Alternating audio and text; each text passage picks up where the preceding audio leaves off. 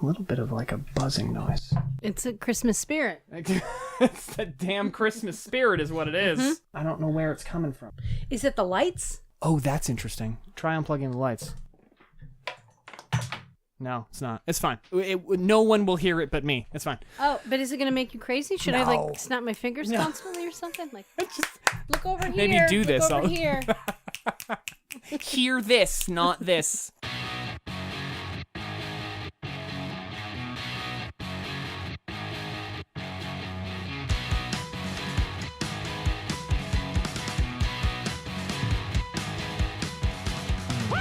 Welcome to Bitter Coffee, a comedy podcast from two friends who are just about over it. I'm Derek Fanton. And I'm Kelly Coffey. Good evening, Kelly. How are you? You know what? Happy to report, injury-free. Hey, congratulations. I know, it feels good to be alive. Full range of movement Look coffee. At me, my arms are moving.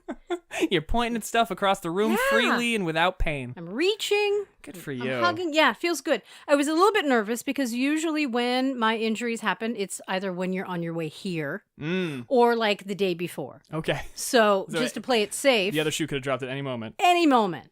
And, I realized that I was kind of working on borrowed time. So I realized yesterday, best option would be to just like wrap myself in bubble wrap. Sure, right. And hide under my bed, pray for daylight. Uh-huh. So it all exactly worked out. What you did. It's exactly what I did. So I did see a bunch of bubble wrap in here. I thought it was to ship the mugs, but it sounds like it was to actually keep yourself safe. Well, I think it has two uses. Okay. I think. Well, and on that topic, we got some mugs that we need to ship out. Oh my God. So the mugs have arrived. The Bitter Coffee mugs have arrived and have all been accounted for in record time. Thank you to everyone who sent us screenshots, who let us know they subscribed. Thank you especially to the people who did that at some point before the last couple of days, because you guys were on top of it, and we shout out to you guys. But everybody who sent screenshots and told us they subscribed to the show, and everybody who's listening, thank you guys so much. We were blown away by the response. It's been amazing. I had people at work when I was handing out the mugs. I got hugs from people.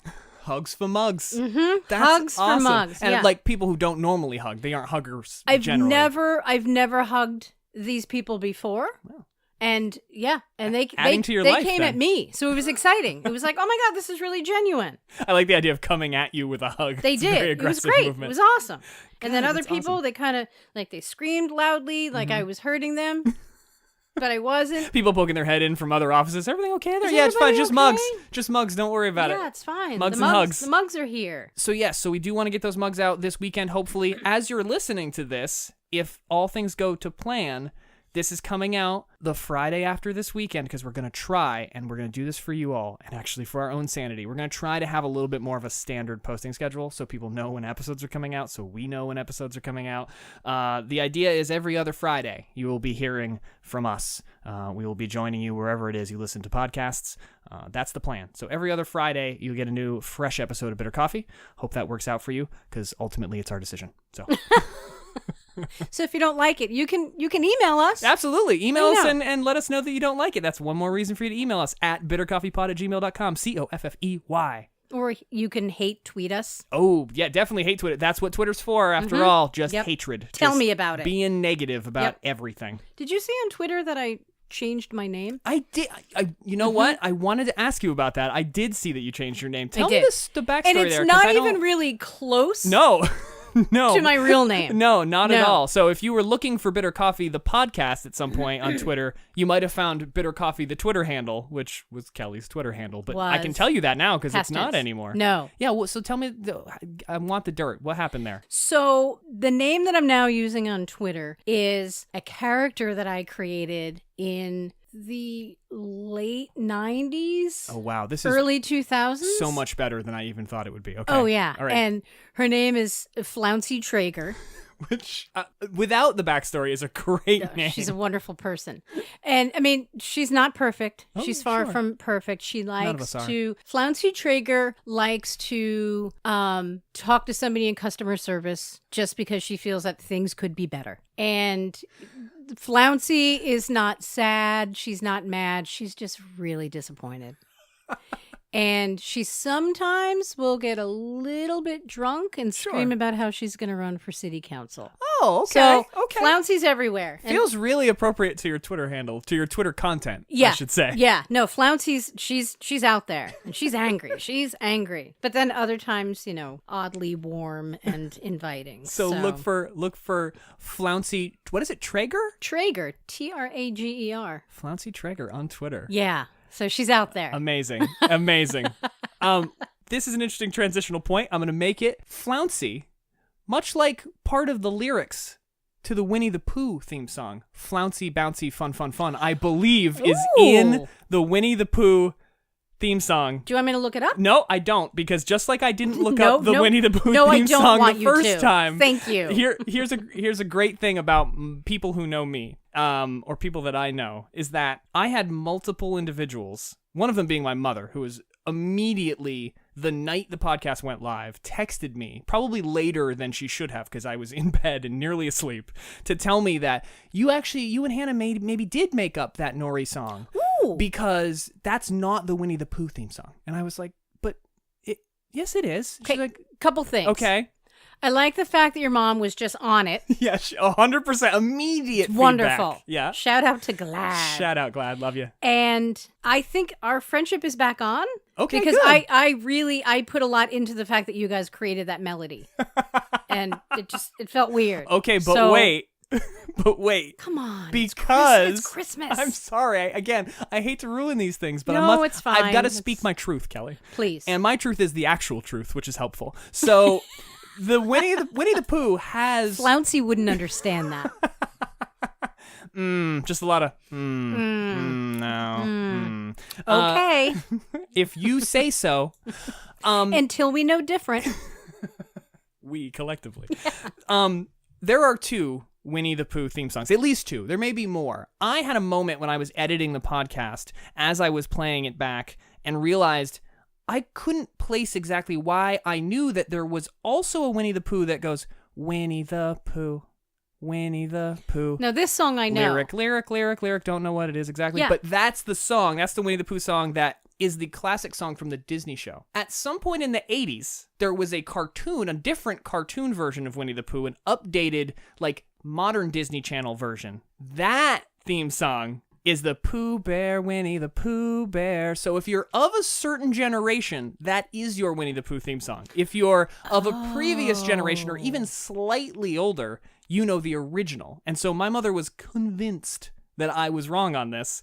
And she nearly had me convinced, because even though I'd looked it up when I was editing it, I realized that there were 2. I said, someone is going to let me know about this. I'm sure of it. Fair enough. Luckily, it was Mom. Thanks, Mom. Again, Glad, always on top of things. I appreciate it. Mom is an incredible musician herself, so she wasn't going to let that slide if I wasn't correct. But, sent her a YouTube clip. She goes, oh, wow, I had no idea. And it was over. Unlike most arguments that you have these days that are anyway internet related, that just go on, and no one is convinced of a different opinion than their own. So shout out to Mom and the other 2 or 3 folks who wrote me and let me know that I was incorrect, even though I wasn't. Go look up both of those Winnie the Pooh theme songs. They're great. I don't know who wrote them, but they're wonderful. I knew the first song. Right. And which is appropriate because the lyrics are pretty catchy because they're Winnie the Pooh.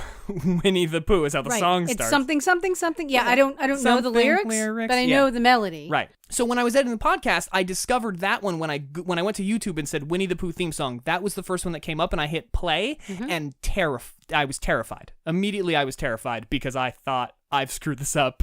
I don't think I can fix this in the podcast and make myself not look like an idiot, which is really my goal during editing at all times. That's what we aim to do. Total failure most of the time. But anyway, but then the second video was the ba, ba, ba, na, ba, ba. So it's a more upbeat, it's a little jazzy. Kinda, exactly. Yeah. It's for the kids. It's for the kids. Yep, it's hip. Yeah, it's a much more hip now mid-'80s Winnie the Pooh theme song. So I remember the more just really boring. Yeah, the kind of plodding along. Ba, ba, ba. Yeah. More of an Eeyore theme song, really. If they're going to do an Eeyore spinoff, that would have been an appropriate theme song for him. You're right. Yeah. Didn't make me want to watch the show. No, exactly. Did not make me want to watch the show. That's when you rebrand and you do a more jazzy version. So it's kind of like, Trick cereal. Trick cereal used to be 3 flavors. What? It used to be pink, yellow, and orange. Okay, I'm thinking back to Trix. Okay, but now there's a grape. There's like a purple in there. Oh, so it's kind of like the old Trix versus the new Trix. Oh, so they've tried to and like up the their rabbit's game. different now. You know, a lot of these other cereal companies, they're doing crazy things. They're putting cookies in there. They're putting marshmallows in there. What can we do? Is there another color we could add? Yes, let's do a fourth color. Nobody's doing a fourth color. Nobody's doing a fourth color. Let's do it. We got it. We're killing the cereal industry with this fourth color. Cutting edge General Mills stuff. Do you remember when there was a whole issue with M&Ms at one point? Maybe it was Skittles. One of them had a green. It was Skittles. Skittles came out with a green Skittle. Was it apple? That was goddamn apple. Okay. And this not is ringing a bell for me. Lime. Why would it be lime? Because lime is a good flavor in candy, and apple is a horrible mistake. But nobody likes lime. Do you like lime? Oh, well, no. It's been fun making this podcast with you, Thanks Kelly. very much, I really everybody. wish we could have kept going. Thanks, everybody, for listening. End of an era.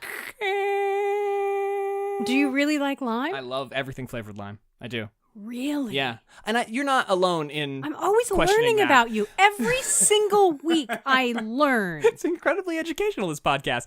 I love everything lime, citrus in general, lime, orange, lemon, anything flavored, those flavors I will consume. Anything lime flavored I will eat. Love key lime pie, top of the list. But really? So anything that is green flavored candy that is apple instead of lime, it makes me so upset. And I know your whole day. It ruins my whole day. There was this bag of like crazy Skittles, and there's a green Skittle now. I don't even remember all the details of the controversy, but whenever established brands change things, people freak out. Mm-hmm. But I remember thinking, why would those be apple and not lime? That is a terrible idea. And I guess, you're going to come down on one or the other side. Write us and let us know which side you're on. Text, yeah, let's talk about that. Hit us up on Twitter. Let us know which side of the lime versus sour apple debate you're on. Yeah, I wonder where Flouncy would fall on that. She'd hate both. There you go. Yeah, and go for like, I want banana. No, I feel like Flouncy's a bit of a smoker. Flouncy would go, oh really? So I was thinking she'd go like up on her soapbox and talk about how you shouldn't eat candy because it's like processed sugars. Yeah, and yeah. But also smoke. She might. Those processed sugars will she's kill you. smoking a cigarette. Yeah. Yeah. Okay. She would. Man, it's right on. And having like a juice box of wine. Juice box of wine. A wine box. That seems like an untapped market. Juice box of wine. They have them. Do they? They do. Oh no, I've seen them. Yeah, the little cartons. Yeah, they usually have them like right next to the cash register at Yes. drugstores. I'm like, oh, that makes sense. You're already not feeling well. Right? Why don't you just, why not? Lush it up. Yeah, absolutely. Take the edge off. Have a great drive home. Juice box of wine. Box of wine. That's another good Twitter handle. Anybody out there? Juice box of wine. Great Twitter handle. Just putting that out there. That is. I don't know if this is going to make it into the podcast, but you may have heard me receive a text via my phone on the table here, and it's a picture that my wife sent me. Oh my God. Of Henry in what I assume is the sweater that his daycare provider gave to him. It is a Christmas sweater that Henry is in. Oh, I'd wear this. It's a in a beautiful second. I would Christmas wear this. sweater. I would absolutely wear that. I'll probably put it up on Twitter so that people can see it, but it is my little Beagle Jack Russell in a red and white and black Christmas sweater, looking a little bemused about the whole thing, but he is adorable. It looks like he's on the fence. Like, it doesn't have sleeves, but it's supposed to be a sweater. I'm still uncomfortable, but Mom seems excited. Mm-hmm. Anyway, so in addition to thanking everyone for listening and for welcoming you all to what is essentially the holiday episode here on Bitter Coffee. Oh, there are those bells. Hey! There are those bells. Your holiday person of your choice is coming soon. So it is the Christmas episode, and in that spirit, we want to give out some additional thanks, and we want to read a couple iTunes reviews from folks. Or we want to read an iTunes review. I can read a couple. Couple? Okay, yeah, great. Yeah, let's do a couple. Awesome. This one review is from Jco32552. And let me see, what does she say here? This entertaining podcast features two witty friends bantering about all manner of topics in a time when it seems the rest of the podcasts can only talk politics. They bring insight and a fresh point of view to whatever they discuss, and they crack me up. I say this despite that, and not because I've known Kelly for, decades. Give it a try. Thank you. Thank you, Jacob. What she was saying, despite the fact she knows you, she enjoys the podcast. Yeah, that's what it feels like. That's a great review. Let's read that sentence again. That's a great review. Let's read it again. I say this despite that, and not because I've known Kelly for, decades. So basically, like when I read this, it's like, I've known her for 20 years, but Okay, fine. She's fine. That's great work. I give up. That's great. Thank you so much for the review. We really appreciate it. Thank you, Jaco. And Damar4 writes in, I look forward to every podcast. It's my way to become present and pause on the crazy roller coaster called life. The two of you are very authentic, hilarious, and relatable. The banter kills me. Thank you. Thank you so much. That's really, really nice. You want to read one more? You got another? Yeah, I do. Outstanding. This is from Hody B. ODB. You know what? This name, it sounds like it needs like some kind of an effect. We can put some effects on her. Okay, we have effects now on our Let's brand new Bitter Coffee brand mixer. New mixer. So, actually, a mixer that was made possible. Yes, by a generous donation. Grant. From the Polarity Foundation. Generous grant from the Polarity Foundation. Thank you to the Polarity Foundation. Thank you so much, Michelle. We really for the appreciate echoes. You. All right, so okay, ready? I'm going to turn this up and then give them the... So this is from Hody B. I don't care if no one else is entertained by that. I want you to do it again. You want me to do it again? Yeah. All right. Who's it by? Oh, this is just from Hody B. Let me try it again. It's hard not to. It's really great. It's really great. Wait, ask me again. Who's the review from? Hody B. Yeah. Yes. That's amazing. That's the best use of that we'll ever have. I don't even need to read the review anymore. Thank you, Hody B, thank you, Hody B, for coming in. So, should we read the review in an echo as well? No one wants that. No, Nobody wants to deal with that. I do, but I can do that on my own. Keep the Hody B.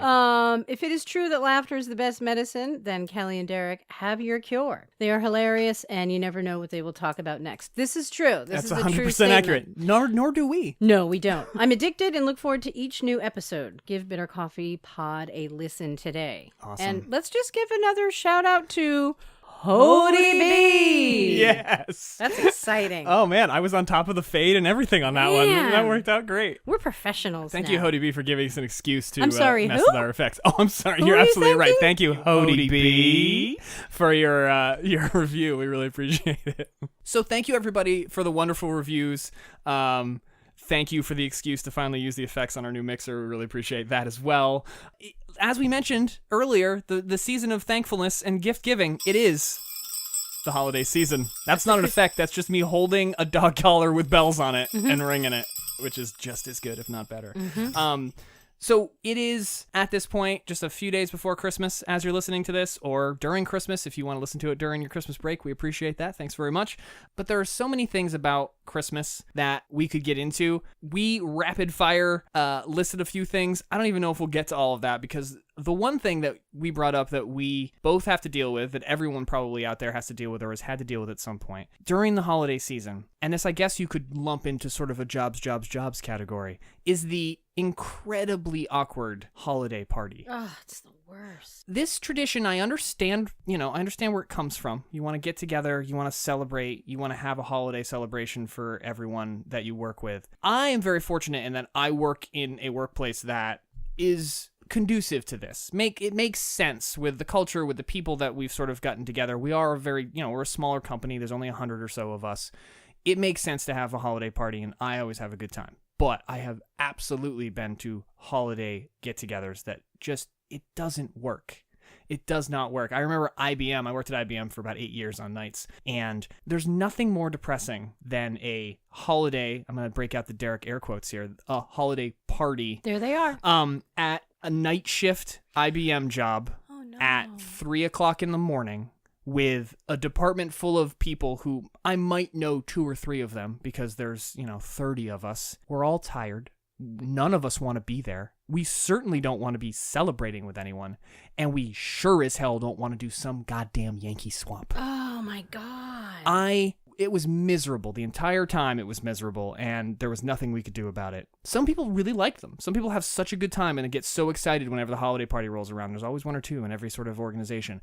I was never that person. I don't know. People get into it. Well, people get really into it. And again, God bless them. Whenever we bring these things up, these are things that bother Kelly and I. But if you are passionate about your company's holiday party, you do you. We couldn't be happier for it. Yeah. But we're not going to be happy to be there. Chances are good. Well, I've never been much of a joiner. Likewise. And my day job has about 8,000 employees. Oh, God. Uh-huh. And because it's a hospital, Sure. so it's open 24 hours a day. Right. A lot of people for that. So they have these holiday parties over the course of a couple of days. Yeah. And they like bus people over to the Sheridan. Oh. And yeah, like it's a thing. And Wow. people get amped for this. They're like waiting for the shuttle buses. Well, it's work-sponsored drinking, right? No, Like, there's no drinking. It's Oh. a hospital. Oh. People gonna have to go back to work. Well, even though it's off-site? Oh, boy. No, we have to go back. Oh, they have to go back. You have to go back. Yeah. I'm not, I wasn't thinking through it all the way. No, and you sit down, you have your turkey, you have those horribly awkward conversations. Actually, my friend Leah, it's a whole thing with parking at the hospital. I don't want to get into it, but some of us can park on site and some of us cannot. Mm-hmm. Leah's one of those people that can park on site. And she offered to drive people over to the holiday party. Oh, nice. And That's very kind of her. it's quite kind. Yeah. But then you have to have that awkward conversation with people in the car. You're not even at the party yet. You are trapped Yeah. with people in a very small space. And you're that driving you've got to them. mingle with. Yeah. Ugh. So what department do you work in? Oh, no. But because it's Vermont, everybody knows everybody. Small world that it is, Leah, my coworker, Mm-hmm. knows Cedric. What? Yeah, they went to high school. They graduated like a few years apart from Friend one of the another. pod, Cedric. Every friend of the pod, Cedric. Everybody knows everybody in Vermont. Yeah. So That's not a myth. That's a reality. it is a reality. I tend to shy away from the holiday party just because. Yeah. I'm good. I've got my holiday spirit. Yeah. You can hold on to yours. I'm it's set. fine. I'm set. So yesterday, my group went to the holiday party. Mm-hmm. There's a couple of things I don't like. I don't like eating in front of a lot of people because you know me. Seems fair. I spill food on myself all the time. It's also that awkward conversation, but over a band that's playing in the background. So a yelling awkward conversation. There's nothing worse. Oh, man. So it's like, so what department do you? Music cuts off, working, and you're still screaming. And nobody can hear anybody, so there's just a lot of... Can you repeat that thing that you didn't want to say in the first place a little louder so I can give you an answer that you don't care about? Exactly. But I want to be... So I think this year, I was told yesterday that this year, instead of this, 5-piece jazz band, they had a crooner. Oh. Like, what a great job that would be. Just a guy up there singing. I'm Yeah. dreaming. With, one of those old mics. Holding it the whole time you with a little hold on stem to it. hanging off. Yeah. Yeah, nice. And he's, wiping sweat off his brow. Girls are screaming in Listen the crowd. here, Buble. Exactly. Nice. That's the gig I want. But That's a sweet... well, I don't know how to sing, so that'd be weird. What an interesting vocation that must be. Rentable holiday singer. I wonder how much that would cost. I bet it's pricey. Let's get one for next year's Christmas show. The Bitter Coffee holiday crooner Wouldn't it who be just great? hangs out in the background. Yeah. Yeah. Boom, boom, boom, boom, I mean, boom. we got Echo and we got bells, but if we had a Buble, Oh my God. wouldn't that great. be a sweet situation? Yeah. I'll look into it. Thank you. You can get that on Fiverr or something, right? I don't know what you're saying. Fiverr, people understand. It's like a design rental service basically, where you pay somebody a set fee, and they do if we had wanted somebody to professionally design our logo, for instance, we could have reached out on Fiverr, and then for a set fee, that person does that piece of work for us and then sends it to us, and it's done. That's the contract, but it's all done online. Oh, okay. Yeah, so it's like odd jobs done via the internet if you can do them digitally. See, again, learning. Well, maybe there's a whole singing service very much like that. I'm going to have to look into this. I'd be interested to find out. If you're anybody out there, if you do Are you a holiday office singing, party crooner? Let us know. Now, for the record, it's probably not just holiday parties, right? They probably do other gigs. I can imagine that if it was seasonal work exclusively, that's a tough niche. If all you do, maybe their whole catalog is only Christmas tunes. Well, Maybe what that's else would you croon? Right? Listen, you can croon anything if you try Sure. hard enough. This is true. But I think it's more in demand around the holidays. Sure, absolutely. Yes, that's a good point. 4th of July party, probably not going to get a crooner. Right. Well, now I'm trying to think of the different genres you could croon, and I'm like, Okay. stop, drop, shut 'em down, open up shop. Oh, no, that's how Rough Riders roll. I I would hire you.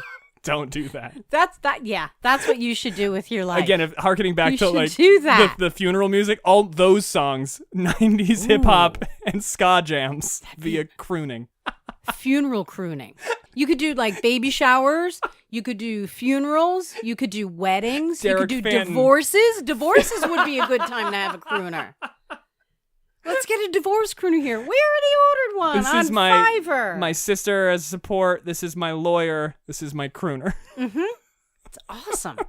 That's wonderful. Do the Baby It's Cold Outside. Do it. That's what got us in this mess in the first place, James. Oh, we're not allowed to sing that song anymore, right? No, absolutely. Yeah. That is off limits, that song. I was talking to somebody today about Baby It's Cold Outside. And I wrote something down because I wanted to talk to you about it. And I think it's sitting on my desk. Well, there's always next year.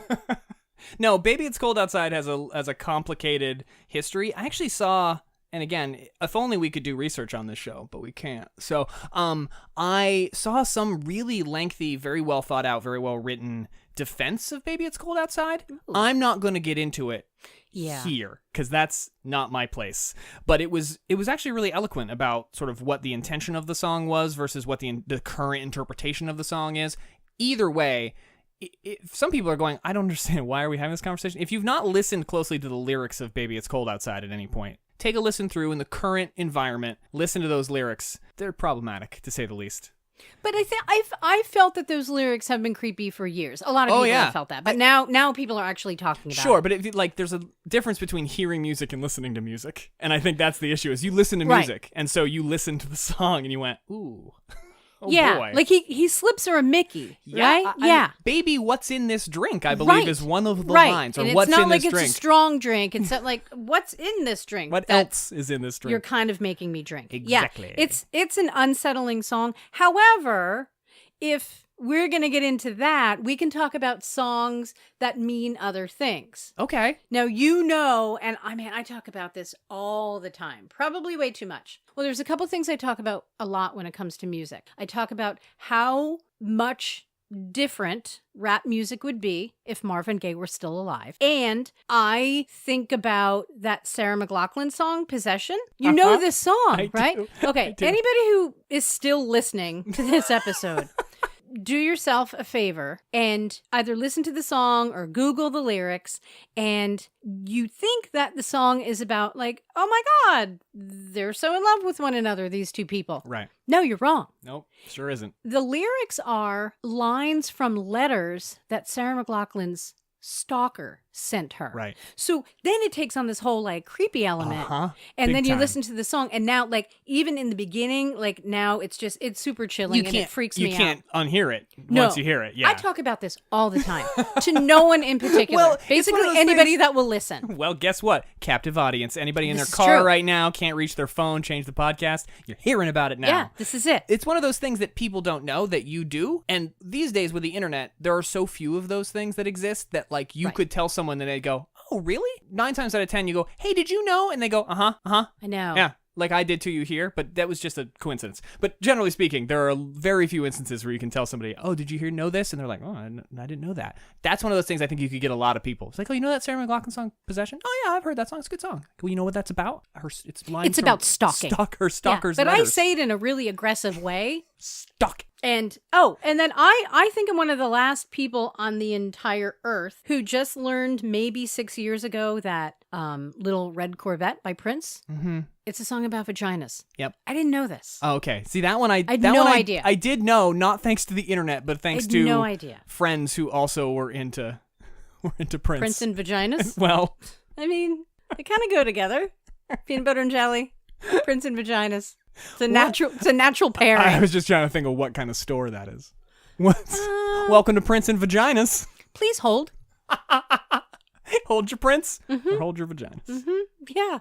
So that felt that felt Christmassy. It felt Christmassy to me, right? That was a very Christmassy story. Yeah, we have the bells. We got the bells. Everything's Christmassy with bells. We absolutely have the bells. But there were a couple other things we want to talk about in terms of Christmas. I was really interested in, do you have any particular feelings about Christmas lights? I bought a condo a couple years ago. For the first time this year, I spent time outside on a ladder putting up Christmas lights. You did? I did. And it was It was an event for me, for no one else, but for me. Hannah appreciated it. Sure. But it made me feel more like a dad than I have ever felt in my life. I felt like the quintessential old man. It was the best feeling in the world. To feel like, oh, I'm on a ladder. I'm putting up Christmas lights. Maybe it's because I'm going to be a dad. Maybe that's what it is. Okay, there it is, so you guys. Secret for the podcast audience. Don't tell anybody, even though the entire internet knows. Having a baby. My wife and I are having a baby pretty soon, sometime in May next year, May-June timeframe.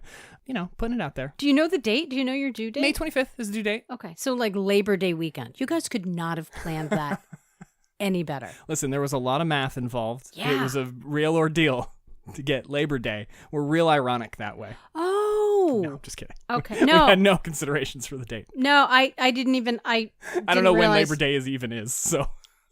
It's when your baby's born. Is it? Oh, good to know. It's that weekend. Well, it's the last weekend in May. No, I mean, it is going to be Labor Day that day, but you're saying it's also going to be Labor Day that day? That... Oh my God, she's right. We've got a comment from There from the Pilardi Foundation. There we go. Has informed us that that's... She's right. Yeah, we're wrong. That's Memorial Day, not Labor Day. So I putting up these lights, and I'm looking over at my neighbors, and again, I live in a condo, and so it's kind of our back porch where I'm putting lights up, and then there's a porch without lights, and then there's, I think, 4 more porches, and each of those porches has a different light situation. So the end unit has the warm white lights, the sort of yellowy white lights. The next porch, all fully colored lights. Multicolored crazy lights blinking. Okay. Yeah. Thank you. Yeah, you were coming that way. Do they blink? Yes. It's a distinct design choice. It's an aesthetic. And then the next porch, all red lights. Which I thought was an interesting choice. And theirs were up first. So for a while, we just had one porch with just all red lights on it, which was very red light district, and I didn't feel Seems like it's like an emergency. Well, the whole backyard was like, the snow was reflecting the light, so like the whole backyard's red. It was very like the village back there. And yeah. I wasn't a huge fan. Like Amsterdam. Yeah, exactly. Amsterdam, as far as the eye can see.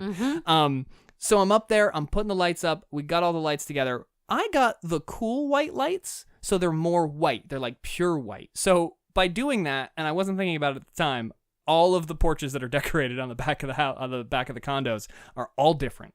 And from the road, it looks ridiculous.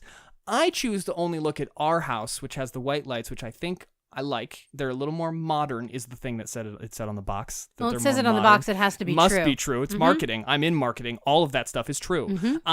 In looking at that, I realized that it's really a distinct choice. I think you make a decision as a person. This is who I am. I'm going to put it on the outside of my house, a display area that most people never see. I can decorate the inside of my house however I want. People who come over will notice it. But outside is saying, this is the kind of person I am. Maybe I'm overthinking this. That's certainly possible. But I think that it demonstrates to others who are even just passing by what kind of person you are, what kind of Christmas lights you have. Do you share that feeling? Have you ever like interpreted that as you're looking by somebody's house and said, "Ooh, that's a choice with those lights"? I don't put up Christmas lights. Well, I mean that's a lie. We have a string of Christmas lights. I'll take a picture before we head out tonight, and I'll post it up. It's very festive in here. It tonight. is. It feels festive. It feels like Feels like Christmas. Feels like Christmas.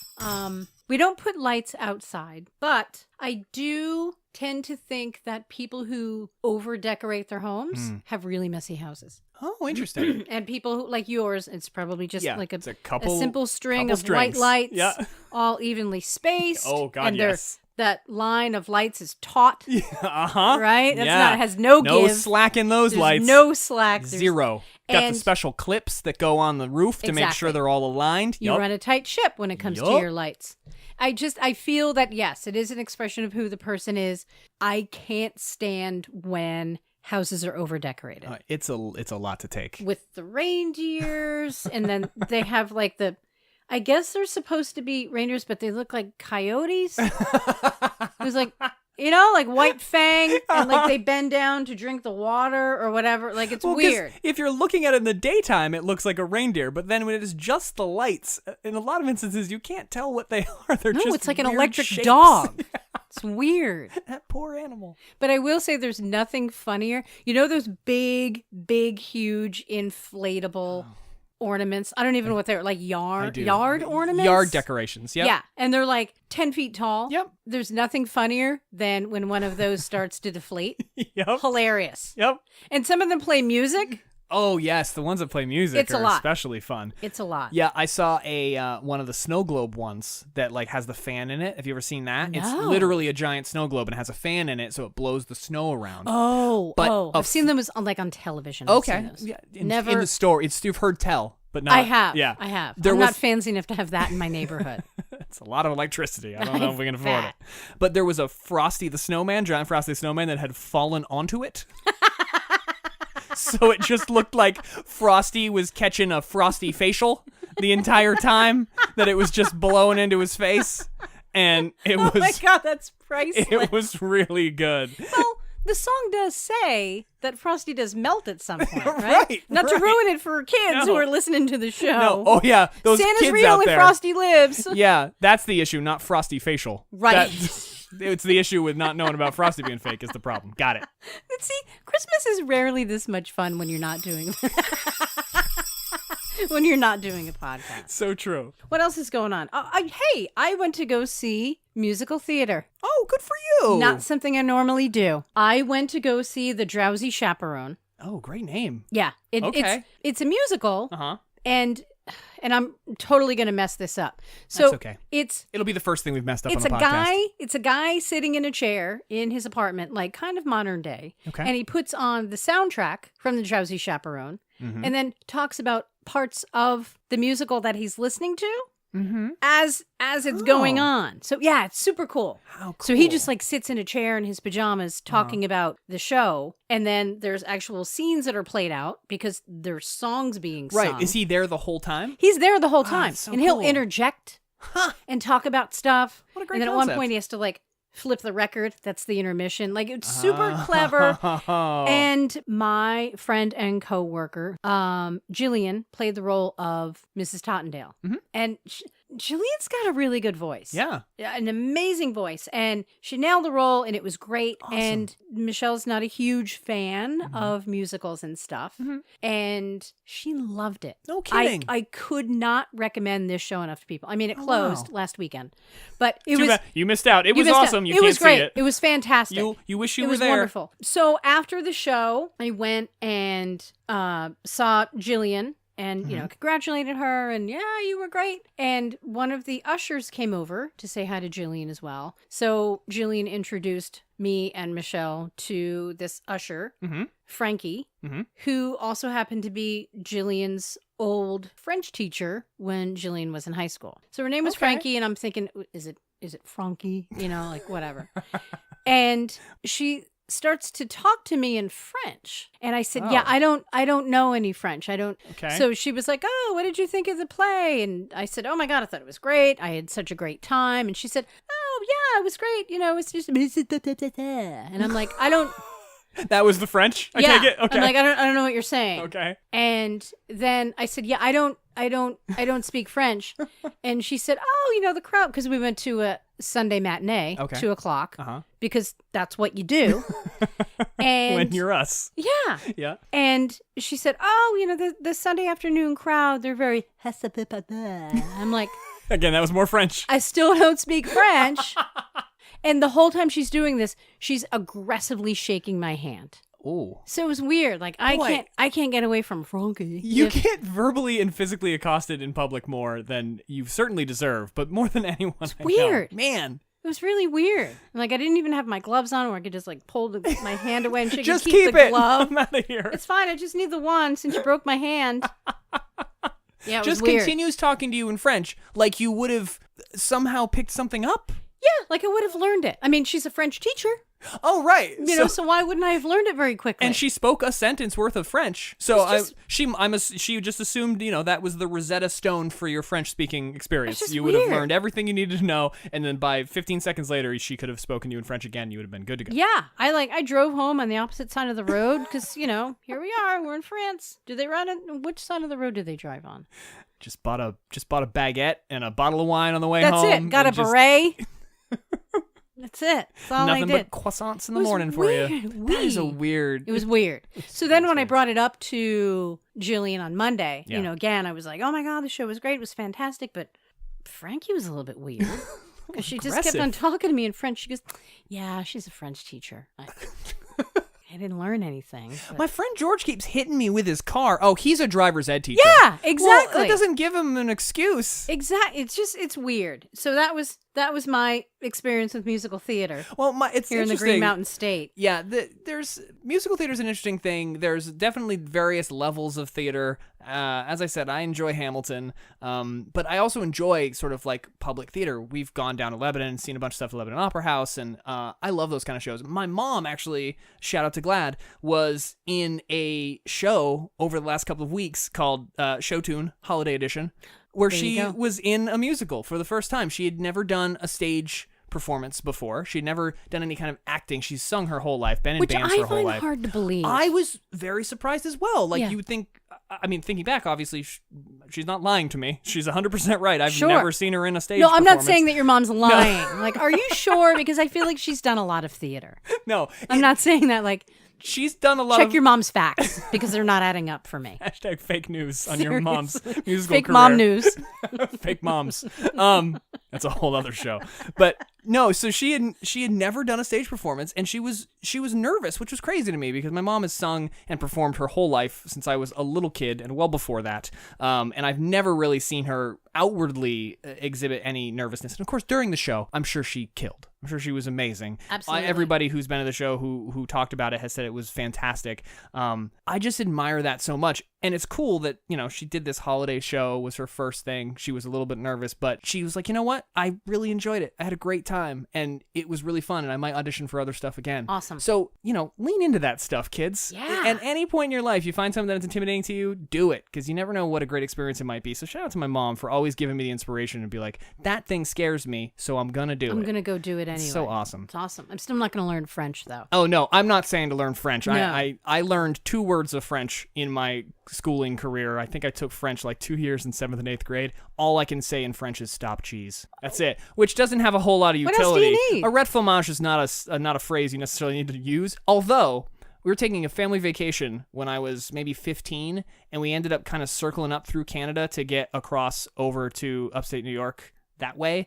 And so we went up, we went over, we went back down. We got a flat tire in Canada that we were having to deal with, and my 15-year-old friend and I, who were, just idiots, essentially, at that point in our lives, and continue to be, just kept shouting arrête fromage at all the cars that went by. And it was incredibly entertaining to us. That sounds amazing. We felt like, when else are we going to get the opportunity? Sure. When are we going to be in a position where at least half of what we're saying might be appropriate? So we're just screaming arrête fromage at every car that went by and laughing, cackling like idiots. It was wonderful. Did anybody stop? No one stopped or cheesed. They might have cheesed in the car. We just didn't see it. Right. But they certainly didn't stop. No, right. We just changed the tire and got on our way. So, keeping on the Christmas theme, the random question for today. So I thought it would be appropriate to pose a random question for the season. What is the weirdest Christmas gift you have ever received? I think the strangest gift I got, I don't know who gave it to me. I want to say it was either one of the nuns. That's a good start. In grade school. Okay. Or someone in my grade. Mm-hmm. And I think it was like 3rd grade, 4th grade. I don't really remember. But I do remember that the weirdest gift I got was a bottle of men's cologne, and it was called Chaz. It was, and I don't know if it was like the wrong gift that somebody had wrapped and they wanted to give to their weird uncle or something. I don't know. Chaz. It was like the male counterpart to Charlie. At least that's what I always thought for okay. the past 40 years. Did you wear it? That's what I've been telling myself. My question is, did you wear it? It was a bit strong. It was a little bit too musky. Chaz can be. Yeah. Chaz can be a bit strong. How about you? Weirdest gift? So you mentioned it might have been someone in your grade or something. We had a gift exchange when I think I was too young to have a gift exchange because we were kids. We were definitely little kids. So it had to have been like 4th grade, maybe, right at that moment where you're like starting to be a person, but you're still very much a child and you can't really do anything for yourself. We had a gift exchange. And we had a limit. It was supposed to be like, it had to be something that was either free, because the idea was maybe you brought something from home that you wanted to give somebody that you didn't use. It was a good out for parents to be like, you've got a bunch of stuff that is still good stuff, but you don't play with it. Why don't you bring it to school and exchange that with somebody else at school? It was a great idea. But some of the stuff was good, and other kids bought things. There was like a $10 limit or something like that, and other kids bought things. Well, the kid that I was paired up with, as it turns out, didn't have a gift. He had forgotten, and he didn't get anything. And so I gave him the, I don't know, set of Matchbox cars or something that I had dug out of my closet that I didn't use anymore, which I thought was pretty baller. Yeah. And you know, I was very excited for what I was going to get. And I had wrapped it. I'd put them in a box. They, you know, rolled around, made a ridiculous noise, which I also thought was funny. I put them in the box. I wrapped them up, you know, gave it to him. And then he hands back to me something that's wrapped in a bunch of pieces of newspaper. And it's all taped together. It was all contained. As a kid, I didn't care. You don't care. I was getting a gift. I didn't care how it was wrapped. Exactly. Thing. I'm just going to throw that stuff out anyway. Like a monster. And it didn't strike me as odd because, you know, that's a thing some people do, whatever. So I open it up, and it's a backpack. I didn't know that it was his backpack. Like the one he's currently using. Right. The one that he had brought to school with him that day. Oh, my God, that breaks my heart a little bit. I just thought it was a backpack that he was giving me. Sure. So I took it home. Uh-oh. Because it's my new backpack. Yeah. And I got home and, you know, I showed my parents, and I think somebody at some point was like, something's up there. And so go back to school, give it to the teacher. Teacher gives it back to the kid. Oh, that's so sweet of you. We have a conversation about, you know, it was really nice of him to give me something because he didn't have anything. He had forgotten, but he gave me a gift. And that was all that mattered to me. But then I remember this whole conversation about whether or not somebody else had to then get me something. Oh. And I don't know if it was just, this has just always kind of been my nature, but I was like, he already gave me a gift. Just because you said that I had to give it back, that's not on him. That's on you. Right. So I need you to get me a gift. Fair enough. So I was pretty ingenuitive at the time. I was like, I'm going to need somebody with means, Mr. Teacher, to get me something to replace the backpack. Just give me the $10. Or you know what? I hear there's a $10 limit. Yeah. I don't even remember what I ended up getting, but give me the $10. I remember it was a really weird gray area. So the weirdest gift I ever received for Christmas was some other kid's backpack. And it didn't have a bottle of cologne in it. No, it was Chaz free. Sadly. 1 year, I think it was 2nd grade, and man, I wish I still had this. From the school, we would get these religious themed gifts because, you know, it was Catholic school. Catholic school. 1 year, they gave out these plastic glow-in-the-dark nativity scenes. And man, it's killing me that I still don't have it. I wish you did. Oh, the thing was rad. It really was. It was so awesome. And I had it for years, and I don't know what happened to it. Oh, that's too bad. Glow-in-the-dark nativity scene is pretty awesome. What was the use case for that? Was that... So it was a little, like, desktop thing, right? It was all one... It was, like, one unit, I guess. Molded. It was molded, and, like the baby Jesus, the glow-in-the-dark baby Jesus, and Mary and Joseph, and, you know, whoever they brought with them. The glow-in-the-dark baby Jesus is a great phrase. They were all, like, glued into this nativity scene. And all the kids got one? All the kids got one. Amazing. Yeah, we were psyched. We were like, I would have been stoked for that. Why are they all the same color? And somebody was like, turn out the lights.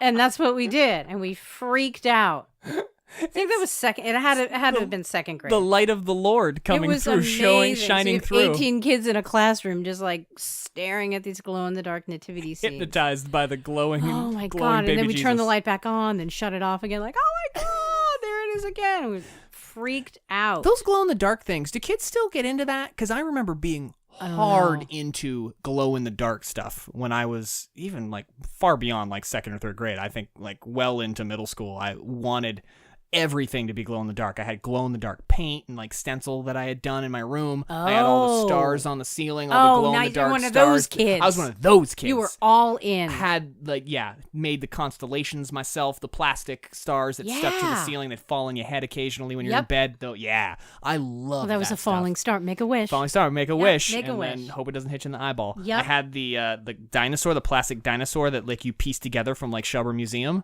That was glow in the dark, and I remember I hung that from the corner of my room. Oh yeah, I loved all that stuff. I bet Kids don't give a shit about that stuff anymore. I don't think they do. I really don't. Because I don't see any glow-in-the-dark stuff. No, exactly. I don't see it being sold a whole lot, which is a shame because it was such a joy. The turning off the light and then turning the light back on again was the thing that made me think of it, because I remember in my room, I would go to bed, turn the light on, and then I'd have dinner.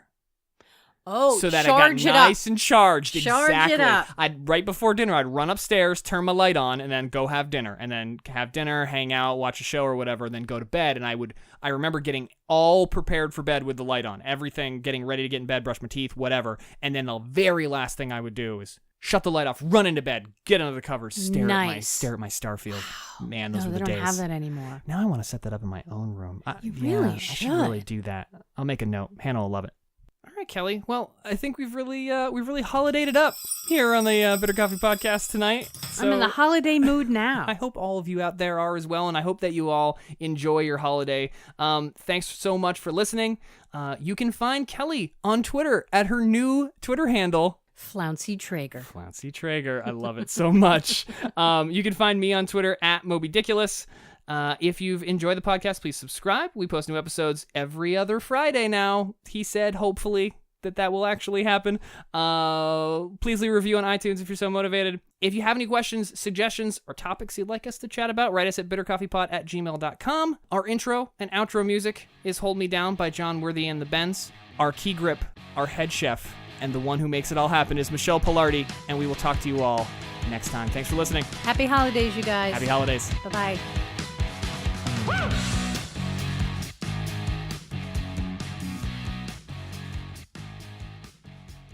You want to do an outro? You want to do a cold? You want to do a cold close? outro? Cold close? I don't know. What do you want to talk about? We should do a whole show with that echo on. You want to just hang on? Let me crank it up. We could go through a couple of the effects. Yeah, let's do it. All right, Let's so do this it. is echo. I wish, if I were any smarter, I could probably guess what they were named, but I'm not going to do that. All right, let me click through here. What's this one? Ooh. It's spooky. Welcome to the Conspiracy Theorist Hour. That's creepy. Real creepy. Let's get off of that one. All right. Sounds like I'm on drugs. Let me go through a few here. Oh. Hello? Hello? Oh, hello. Hey, what's behind that door? Thanks so much for coming to this performance at the Winooski Community Theater. Thank you, both of you. Solid. All right, what else we got? What's this? Oh, that just kind of truncates a little bit. That's not nearly as fun. Oh, it got... It sounds like I'm in a room. Oh, no, this is what it sounds like in a fabric store. Oh, it sounds there's extra no insulated. Yeah, there's no acoustics. And side note, when my mom would punish me as a child, she would bring me to a fabric store called Fabricland. Oh, because there's nothing for a child to do. And you'd think, I could make a run for it and go to the store next door. It was a lamp and lighting store. Oh, God. So I'm feeling a little bit uneasy right now. I was going to say, this is like a PTSD experience. Yeah, let's move on from it. Let's move on. Get away from this one. Okay, that's a little robotic. It's a little robo-sounding. What is that one? Oh, this is a bright room. I disagree. It doesn't sound Feels a little bright. dim to me. All right, let's move along.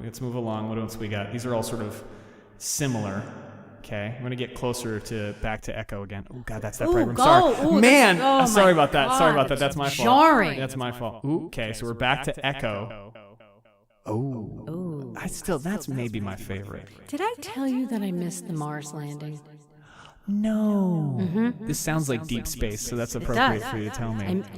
I missed it. I was having my teeth cleaned. Oh, and here's what I want to bring up about the Mars landing. All right, we're not going to make people sit through this. Hang on, here we go. Okay, go ahead. Don't go back to the fabric center. No, we're done. We're done with the... This is what I want to talk to you about the Mars landing super quick, because you have NASA sneakers, so I do have NASA you know sneakers. stuff. You know a lot about space. That's how you know. So I've seen the images because although my hygienist told me that I would be done by the time we landed on Mars, I wasn't because they were running behind. Liars. So the images from Mars are so incredibly clear. Yeah.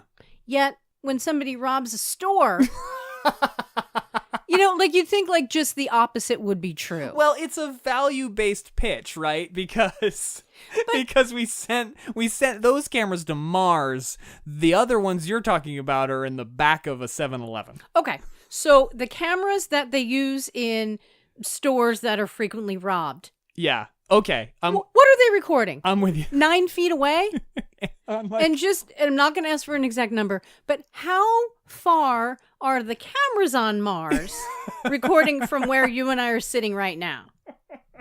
they are sending pictures back very far. More than 9 feet. Right. Is fair to say. Right. So Yeah. it seems like there's a bit of an inconsistency There's probably there. a middle ground we could strike. Yeah. That would be an improvement over what we're dealing with now. Yeah, because if you true. look at pictures on Mars and it was like blurry, like the guy who's stealing all the cartons of cigarettes, I'd be like, well, yeah, that makes sense because it's Mars. It's on goddamn Mars. Yeah. And it takes 15 minutes for the image to just bounce back after it's captured. Right. Not the guy at the store. Not the bank robber. The camera in my laptop that's under the table that is 10 years old could do a far superior job. Right. It just doesn't make any sense to me. Like there's no consistency there. You make a valid point, that's Kelly. That's really all I have to say about the Mars landing. I missed it, and we need more Mars cameras in convenience stores. So if you're listening out there and you sell Mars cameras, there's a whole untapped market that I think you're really planet neglecting. other than Earth. Any planet. If you sell interplanetary camera equipment, let us know. We have got a growth market for you. Yeah. Convenience stores.